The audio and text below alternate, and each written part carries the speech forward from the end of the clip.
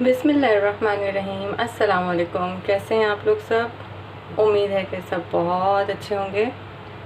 जनाब, आज मैं आपको बीफ शामी कबाब की रेसिपी बताऊंगी जो कि ईद के मुनासबत से बहुत ज़बरदस्त रहेगी।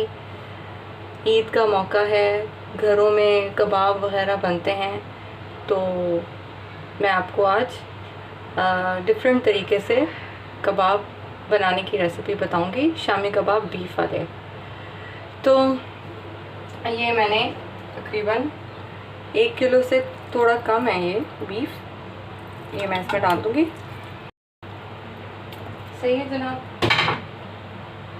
ये मैंने 1 पाव से थोड़ी सी ज़्यादा दाल है, इसको मैंने 2 घंटे पहले भिगो दिया था। अच्छे से वॉश करके इसको मैंने भिगो दिया था। फिर अभी मैंने इसका पानी रिमूव किया है, ये मैं इसमें डाल दूँगी। अभी मैंने फ्लेम ऑन नहीं किया हुआ।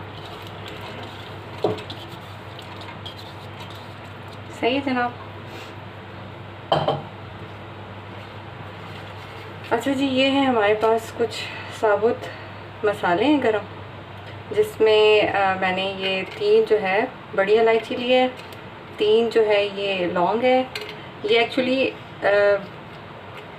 1.5 इंच का टुकड़ा था, 1.5 इंच का लंबा सा था। इसके मैंने ये 2-3 इसके टुकड़े हो गए, ये 1.5 इंच का ही जाएगा। और ये 1 टीस्पून मैंने साबुत ज़ीरा लिया है। और ये इसको मैंने वॉश कर लिया था, इसको वॉश कर लिया करें क्योंकि इसमें मिट्टी वगैरह लगी होती है। ये हैं साबुत लाल मिर्च, मैंने 4 अदद लिए। ठीक है, ये इसके अंदर चला जाएगा। ये जनाब 1 चम्मच टेबल स्पून भर के लहसुन, कीप फुल हो, क्योंकि हम बीफ बना रहे हैं तो लहसुन अदरक जो है इसका बादीपन दूर कर देते हैं बीफ का। ये भर के अदरक का पेस्ट। सही है जनाब। अच्छा जी, इसमें हम डालेंगे तकरीबन ये 1 और ये थोड़ा सा 1.5 टीस्पून नमक। और इसमें हम लोग डालेंगे आधा टीस्पून हल्दी, 1/2 टीस्पून हल्दी जाएगी इसके अंदर। इसके अंदर जाएगा 1 टीस्पून लाल मिर्च। लाल मिर्च बस थोड़ी सी ही जाएगी, बल्कि इससे भी थोड़ा कम, क्योंकि हम लोग अलग से भी डालेंगे। ऑलरेडी 1 हमने डाल दिया है ये वाले लाल मिर्च, फिर ये कहीं बहुत ज़्यादा ना हो जाए, इसलिए हम इसमें एहतियात से डालेंगे। मैं लूँगी अब ये 1 टीस्पून भर के धनिया पाउडर। ठीक है,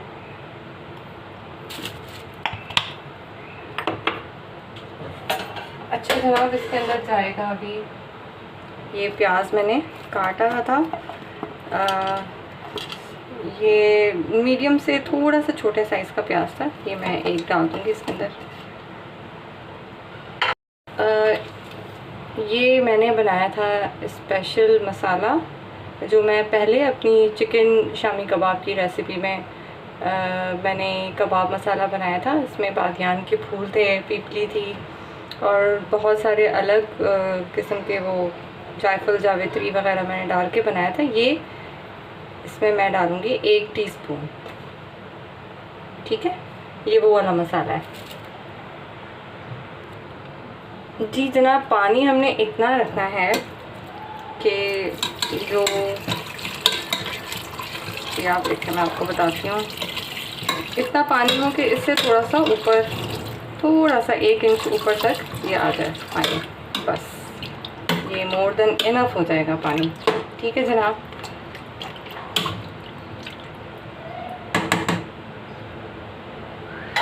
काली मिर्च हम बाद में डालेंगे। अब मैं करती हूँ फ्लेम ऑन। फ्लेम ऑन करके अब मैं इसको प्रेशर लगा देती हूँ।